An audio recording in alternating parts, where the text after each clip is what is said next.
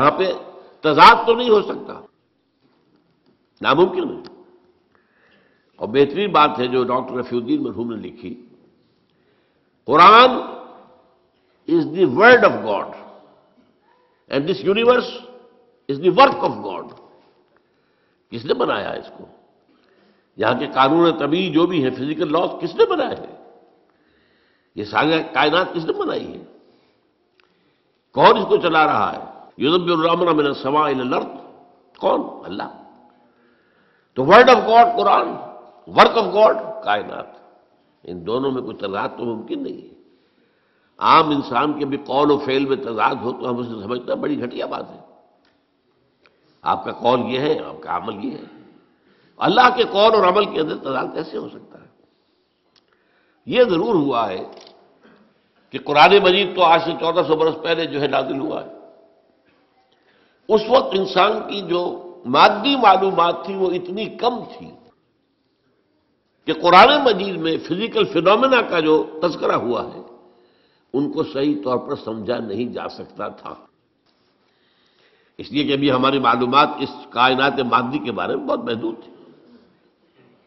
لیکن جیسے جیسے جیسے جیسے سائنس آگے بڑھی ہے، قرآن نے پہلے کہہ دیا تھا سنریہم آیاتنا فی الآفاق وفی انفسہم حتی یتبین لہم انہ الحق، یہ ہم قرآن تو آج دے رہے ہیں تمہیں، لیکن ہم اپنی آیات، نشانیاں آفاق اور انفس میں دکھائیں گے دکھائیں گے دکھائیں گے اور دکھائیں گے، یہاں تک کہ یہ بات تم پر بالکل واضح ہو جائے گی، مبرہن ہو جائے گی، یہ قرآن حق۔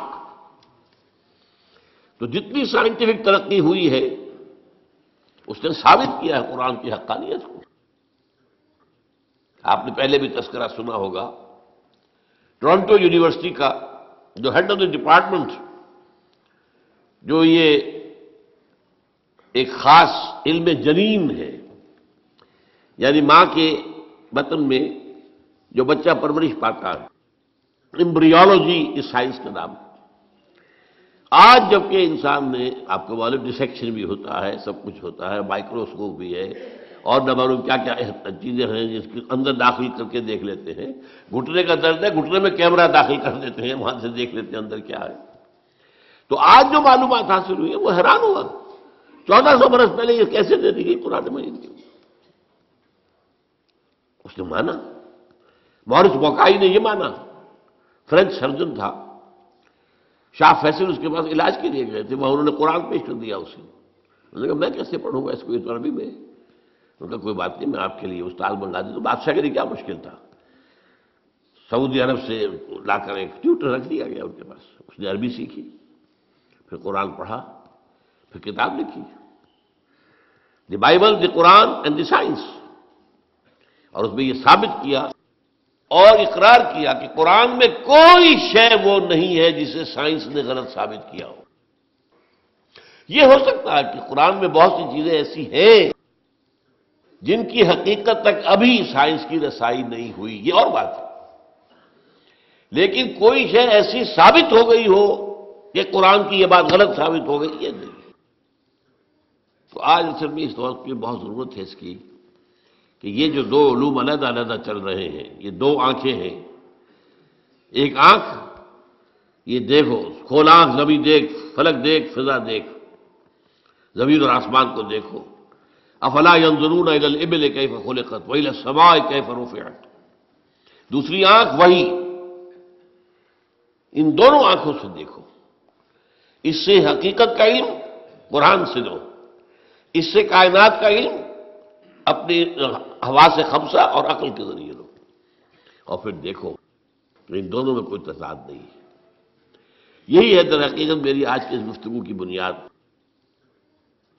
کہ نبوت اور رسالت کا مقام و مرتبہ دین کا جو میٹا فزکس ہے، دین کا جو فلسفہ اور حکمت ہے، اس میں کیا ہے۔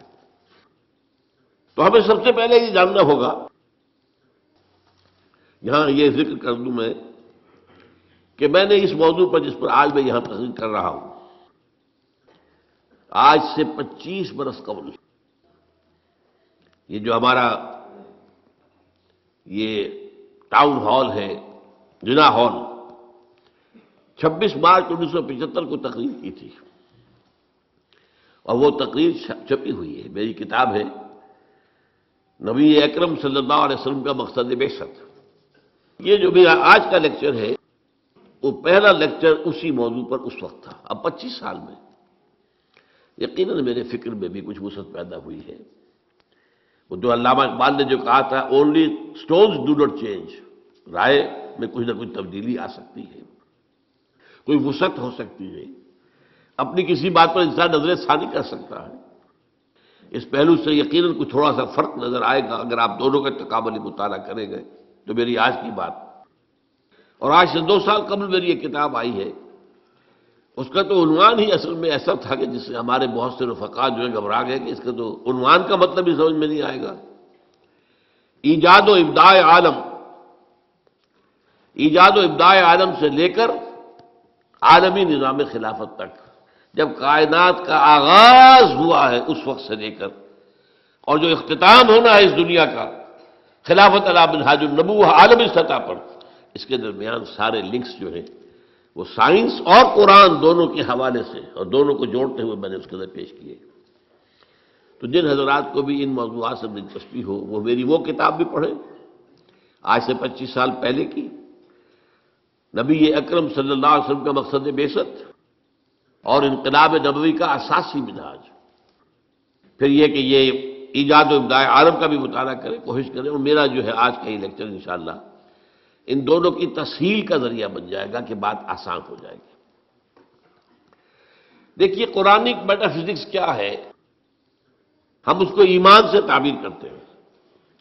میں نے یہ چند آیات آپ کو سنائی، ایمانیات کیا کیا ہیں، اللہ پر ایمان، آخرت پر ایمان، یوم آخر پر ایمان، وحی پر ایمان، فرشتوں پر ایمان، کتابوں پر ایمان، رسولوں پر ایمان، حضور کی ختم نبوت و رسالت پر ایمان، قرآن کے آخری اللہ کا کلام ہونے اور اس کے محفوظ ہونے پر ایمان، بعث بعد الموت پر، جنت اور دوزخ پر، حساب کتاب پر، وزن اعمال پر ایمان۔ یہ تمام ایمانیات، یہ سب کیا ہے؟ یہ میٹا فزکس ہے، یہ ہمارے اس دائرہ حواس کے اندر آنے والی چیزیں نہیں۔ ان ایمانیات کو 3 بڑے بڑے عنوانات کے تحت جمع کیا جا سکتا ہے۔ نمبر 1 ایمان باللہ یا توحید، نمبر 2 ایمان بالآخرہ یا معاد، معاد کے معنی لوٹنے کی جگہ، عاد یعود عودن، لوٹنا، معاد لوٹنے کی جگہ، اس میں ظرف ہے۔ تیسرے ایمان بالرسالت۔ اب جب یہ ایمان باللہ کیا ہے، چند چیزیں میں گنواؤں گا۔ پہلی بات یہ کہ آج ہم یہ مانتے ہیں، ہم پہلے سے مانتے تھے، آج دنیا بھی مان رہی ہے۔ جو فزکس کا اب سے کچھ عرصے پہلے کا دور تھا، 50-60 سال پہلے کا، اس وقت تک یہ مانا جاتا تھا کہ کائنات ہمیشہ سے ہے اور ہمیشہ رہے گی۔ یہ نیوٹونین دور کہلاتا ہے فزکس کا۔ لیکن آج ہمیں وہ بات معلوم ہو چکی ہے سائنس سے، جو قرآن ہمیں بتاتا ہے کہ کائنات ہمیشہ سے نہیں ہے، نہ ہمیشہ رہے گی۔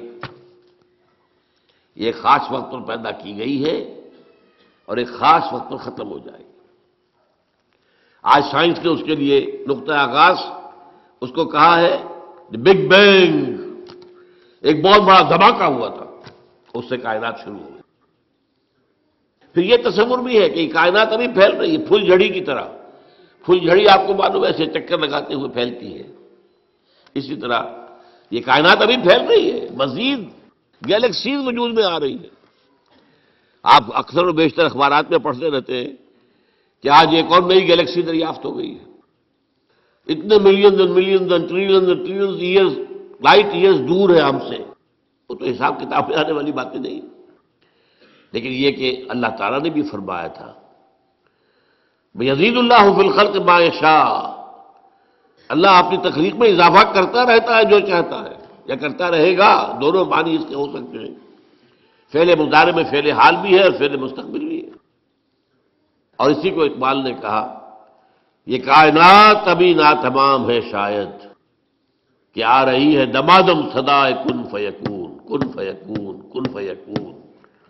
ابھی تو نئی نئی چیزیں وجود میں آ رہی ہیں، لیکن ایک وقت آئے گا جیسے وہ فنر ہوتا ہے، فنر، وہ فنر جو ہے لپٹا ہوا ہے،